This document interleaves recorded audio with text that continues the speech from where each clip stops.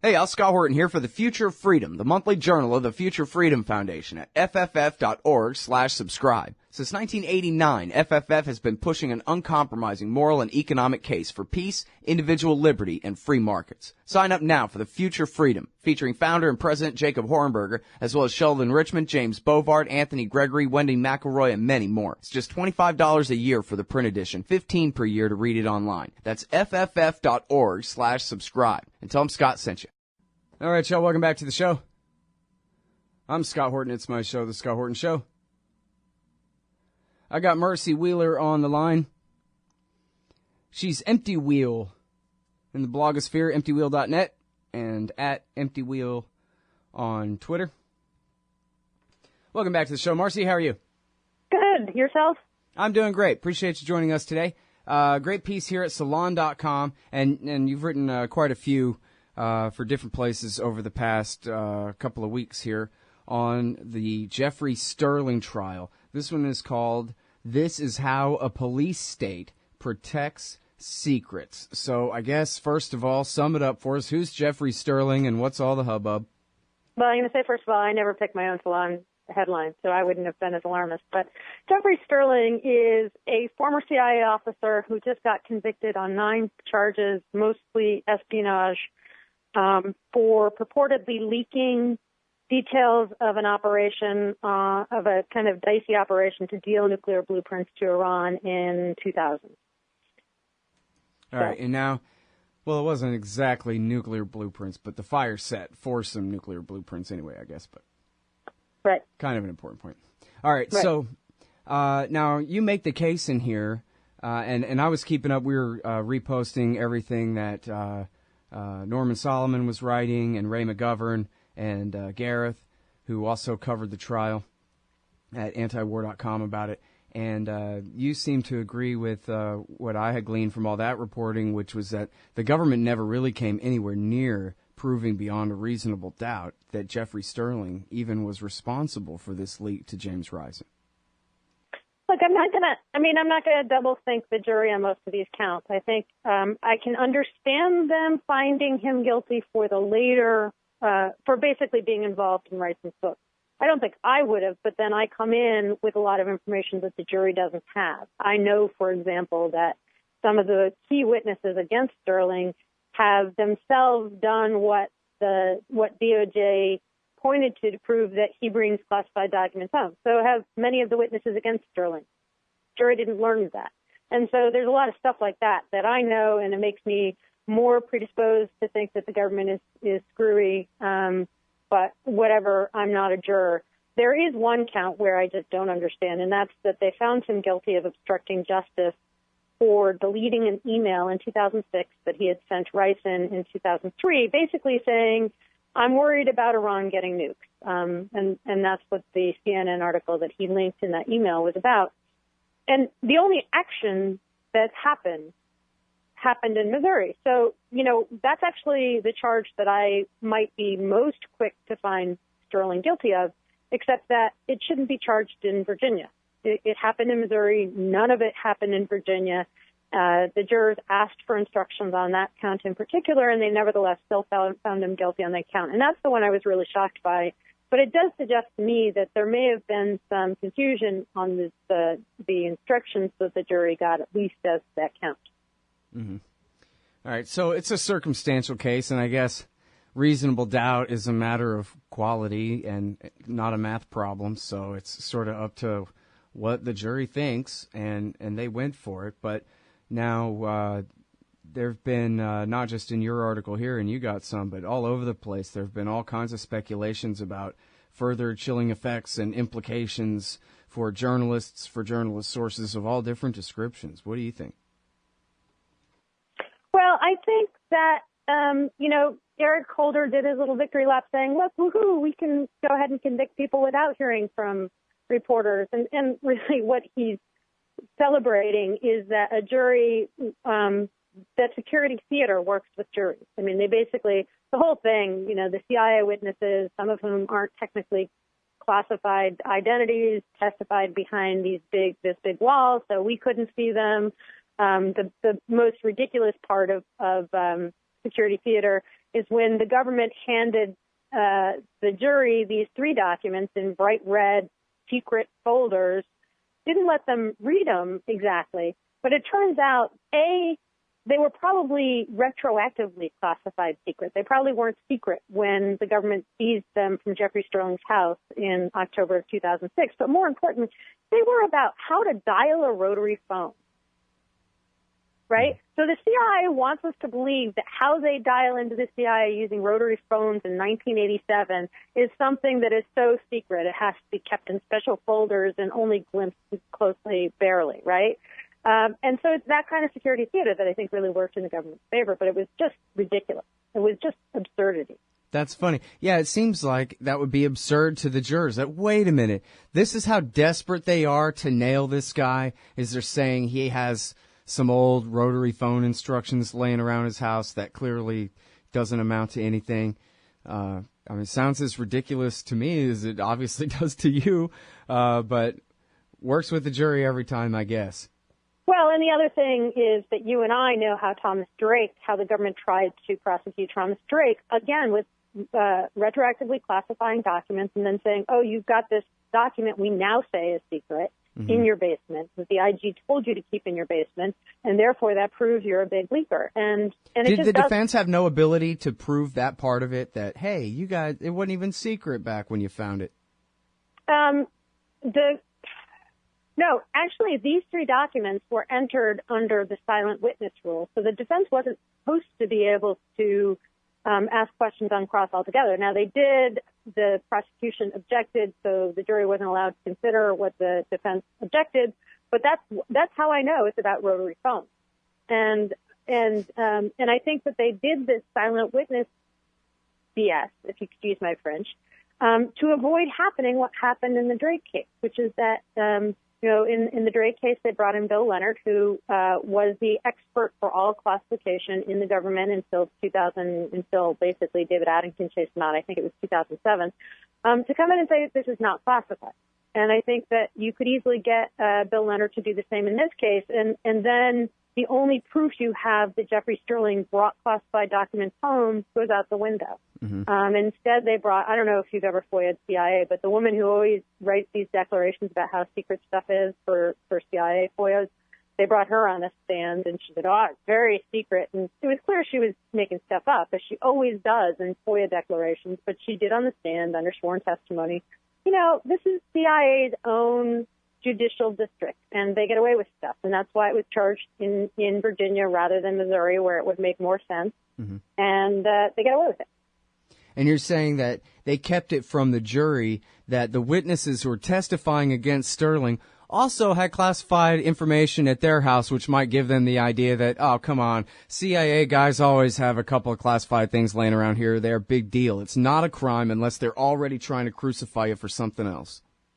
Right, and the other thing is that the CIA purportedly kept this from DOJ up until literally hours before Sterling's trial was supposed to start in 2011, and Leonie Brinkham, the judge in the case, wrote an opinion about what the defense would be able to get out of this back in December, but it's still classified.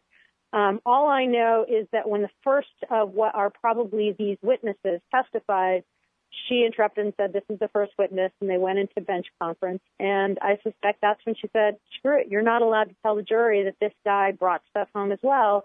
And the key part is the key witness was this guy, Bob S., who was in charge of, he's now a contractor, but he was in charge of the counterproliferation department then.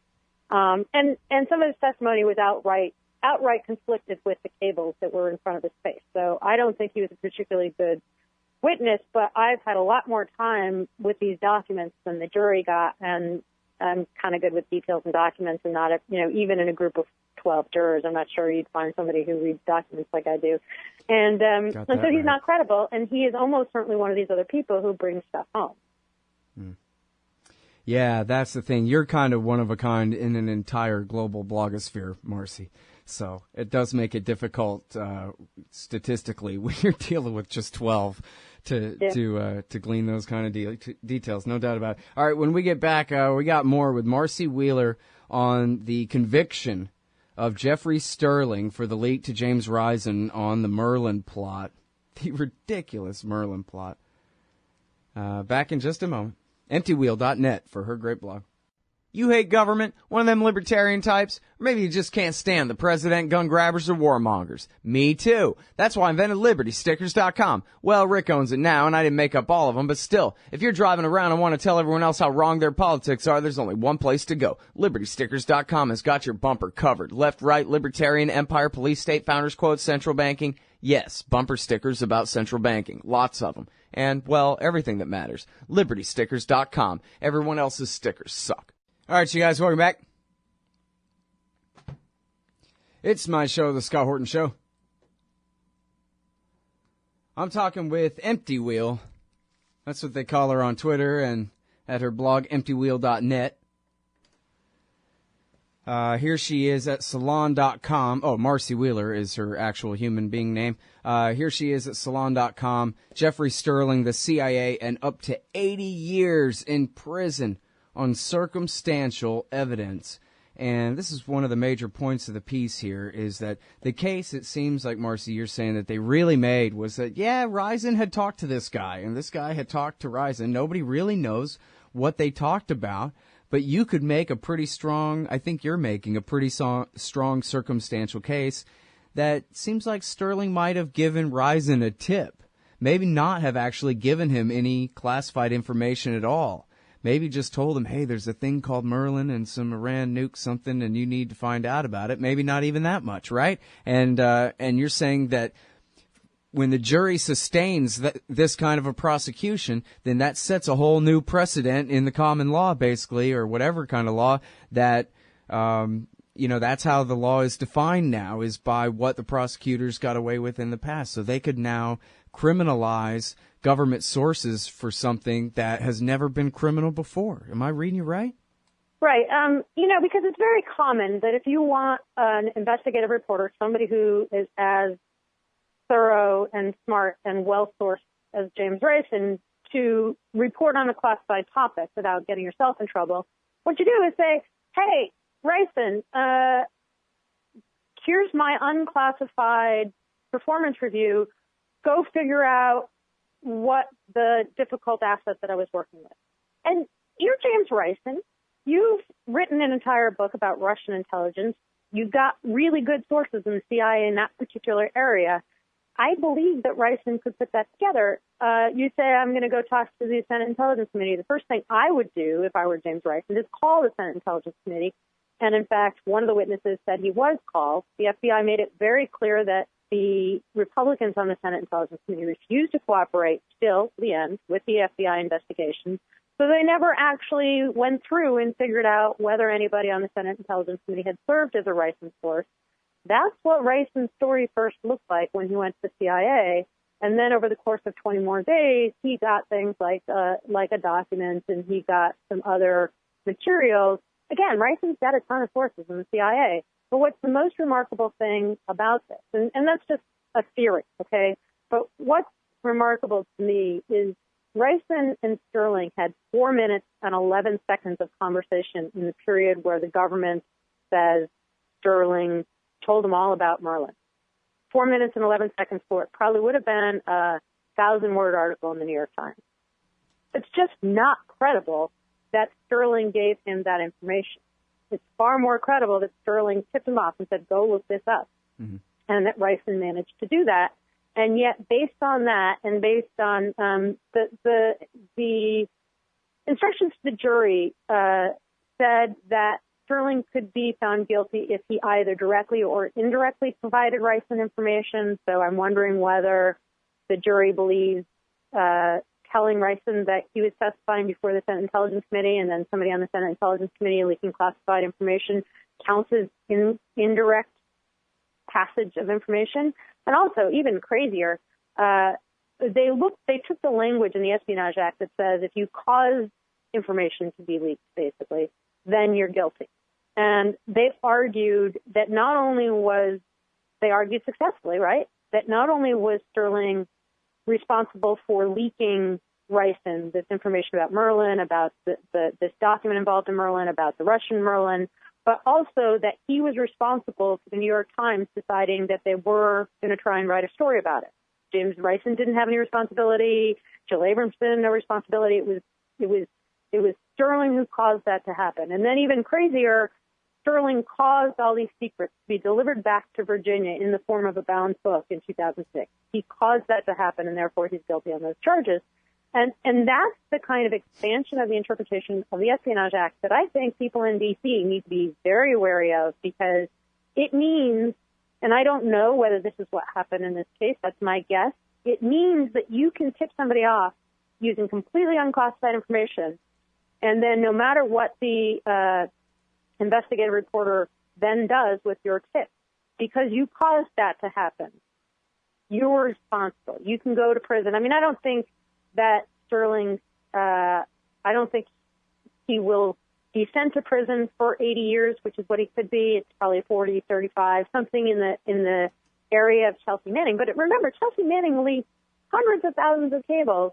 Sterling leaked one story. Yeah, and you're still talking about a life sentence for a man in his 50s or 60s here, right? He's 47. Oh, okay. Well, still. But still, basically the rest of his life, or much of the rest of his life. For one story that he, that on the first part of the story, to get to the New York Times article, I just don't see where he did it. I mean, I don't see, on the later, there were lots of conversations with Bryson. I might be more inclined to believe that, but 4 minutes, 11 seconds, going to prison for, up to 80 years. Yeah, that's really something else. And under a statute where it's just laughable on its face, you take any family at any kitchen table in America and say a guy at the CIA tells a story of scandalous misbehavior at the CIA to the New York Times. Is that espionage? And they'll say, no, espionage is working in the service of a foreign power to undermine your own country, not telling the truth to the most official press in the entire nation about misdoings by our public servants. And what are they talking about? Right.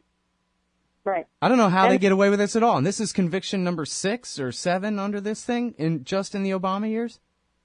Well, Thomas Drake got off. So, yeah, it's something close to that. There was one other guy who got off with a plea deal that was pretty inconsequential, but it's got to be close to that. And, they really are saying that we are the enemy. The American public are the enemy of the American government if they're telling secrets to us.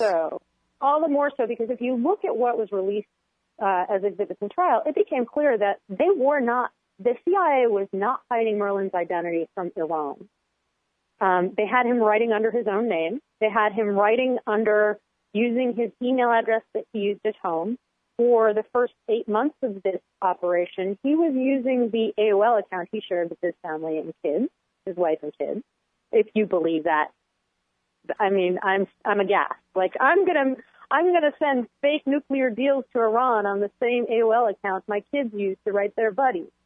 They had his post office box was somewhere close to where he lives in the New York area. I mean, so Iran knew exactly who this guy was. This entire operation was premised on the theory that Iran was closely cooperating with Russia, both real Russia and Russian dissidents.